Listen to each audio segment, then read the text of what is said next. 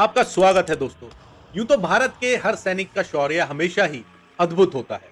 पराक्रम ऐसा कि देश के लिए मर मिटने का जज्बा अपने साथ लेकर चलते हैं। आज जिस सैनिक की कहानी मैं आपको सुनाने जा रहा हूं, वो कोई आम स्टोरी नहीं। बहादुरी के इस लेवल पर आपकी और मेरी इमेजिनेशन पहुंच ही नहीं सकती जब तक हम इस कहानी को खुद सुन ना लें। आज बात करेंगे राइफलमैन जसवंत सिंह की, जिन्होंने न सिर्फ हजारों चीनी सैनिकों को 72 घंटे तक अकेले दम पर रोके रखा, बल्कि 300 चीनियों को मौत के घाट भी उतारा और हंसते हंसते मातृभूमि के लिए प्राण त्याग दिया। और यहाँ आते हैं कुछ बड़े सवाल। महावीर चक्र विजेता जसवंत सिंह रावत क्या उस लड़ाई में सचमुच दुनिया से चले गए थे, या कुछ लोगों की माने तो वो आज भी जिंदा है? क्यों आज भी उनकी वर्दी सजकर तैयार होती है?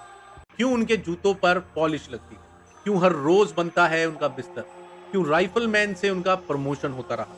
वो जिंदा है तो कहां है? और मेरी किसी भी बात पर विश्वास करने के लिए आप खुद अरुणाचल प्रदेश के जसवंतगढ़ जा सकते हैं, जहां आप देखेंगे कि बिस्तर लगा हुआ है, अभी भी जूते पॉलिश होते हैं, उनकी घड़ी रखी हुई है, उनकी टोपी रखी हुई है, वो पेड़ उसी जगह है जहां वो वीर गति को प्राप्त हुए, वो हथियार वहीं रखे हैं जहां उन्होंने मुकाबला किया।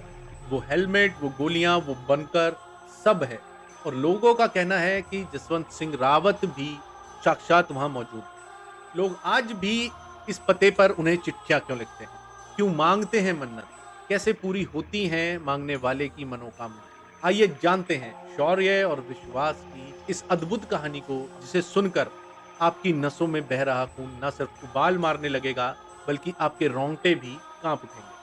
बात है 1962 की। तिब्बत पर अवैध कब्जा करके चीन ने भारत की भी उत्तरी सीमाओं पर आक्रमण कर दिया। 17 नवंबर तक चीनी सैनिक अरुणाचल प्रदेश के तवांग में नूरानांग नाम की एक जगह पर पहुंच गए। यहाँ 4th गढ़वाल राइफल्स के सैनिक तैनात थे। चीन की रणनीति हमेशा ही यह रहती है कि वो संख्या की शक्ति से विरोधी को हराए।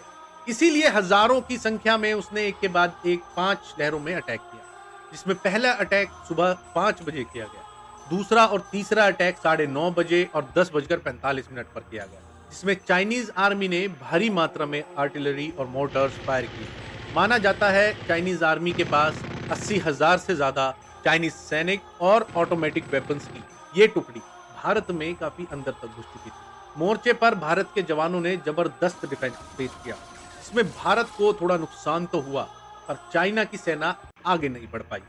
चौथे आक्रमण के समय तक चीनी सेना भारतीय पोजीशंस के 30 मीटर के दायरे तक पहुंच चुकी थी, और इतनी करीब से चीनियों ने एमएमजी यानी मीडियम मशीन गन्स से ताबड़तोड़ गोलियां बरसानी शुरू कर दी। चीनियों की इस आग उगलती हुई मशीन गन को खामोश करने के लिए भारत की ओर से लांस नायक त्रिलोक सिंह नेगी, राइफलमैन जसवंत सिंह रावत और राइफलमैन गोपाल सिंह गोसाई आगे बढ़े।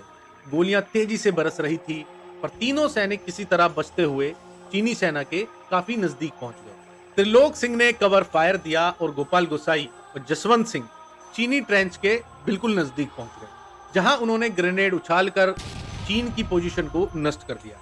वापस लौटते हुए राइफलमैन जसवंत सिंह ने वो मीडियम मशीन गन भी उठा ली और उसको वो अपनी भारतीय पोजीशंस के पास वापस ले आए। चीनियों ने ऐसे पलटवार की अपेक्षा ही नहीं की थी। उसने अपनी रणनीति को बदला और फिर से आक्रमण किया, और इस बार और खौफनाक।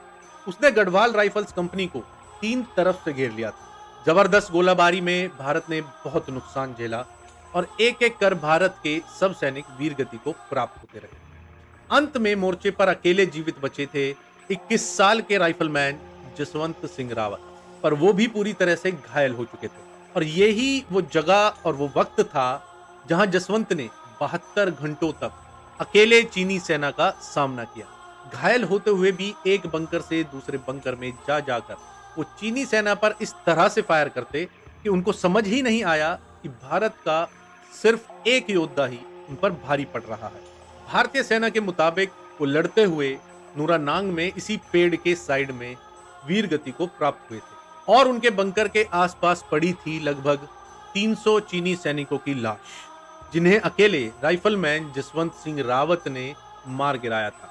लेकिन इससे पहले ये कहानी जुड़ती है 2 बहनों से, जिनका नाम था नूरा और सैला, जिन्होंने कहा जाता है कि उन बंकरों में जा जाकर जसवंत सिंह जी की मदद की थी उनको गोलियां, बंदूक और खाने पीने का सामान ये दोनों बहनें ही पहुंचाती रही।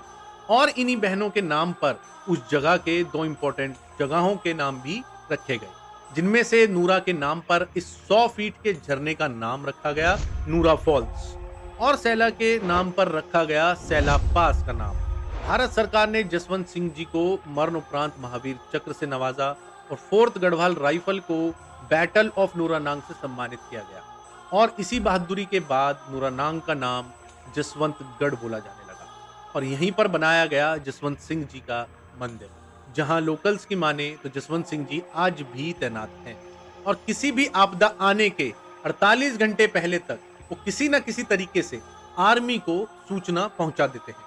यहां तक कि कई बार चीनी घुसपैठ को सिर्फ जसवंत सिंह जी की चेतावनियों की वजह से ही रोक पाना मुमकिन हो पाया, जिसको साक्षात चमत्कार ही माना जा सकता है। इसके बाद लोकल्स की और वहां तैनात सेना की नजर में वो बाबा जसवंत सिंह हो जाते हैं। वीर गति के बाद भी राइफलमैन जसवंत सिंह का प्रमोशन होता रहा है और उनको मेजर जनरल जसवंत सिंह के नाम से संबोधित करते हुए बहुत सी चिट्ठियां आती हैं, जिनमें कोई भी अपनी परेशानी लिखकर भेजता है और बाबा उसका निवारण कर देते हैं। आज भी हर ट्यूसडे या मंगलवार को उनका सब सामान साफ किया जाता है और बाबा को पूजा जाता है, क्योंकि बाबा जसवंत सिंह रावत आज भी अपनी पोस्ट पर मौजूद हैं और देश की रक्षा कर रहे हैं। भारत माता के ऐसे वीर योद्धाओं को मेरा सैल्यूट, जो आज भी अपनी जान की बाजी लगाकर हमारी रक्षा करते हैं। वीडियो पसंद आई तो शेयर करें और कमेंट कर जरूर बताएं। जय जवान जय भारत।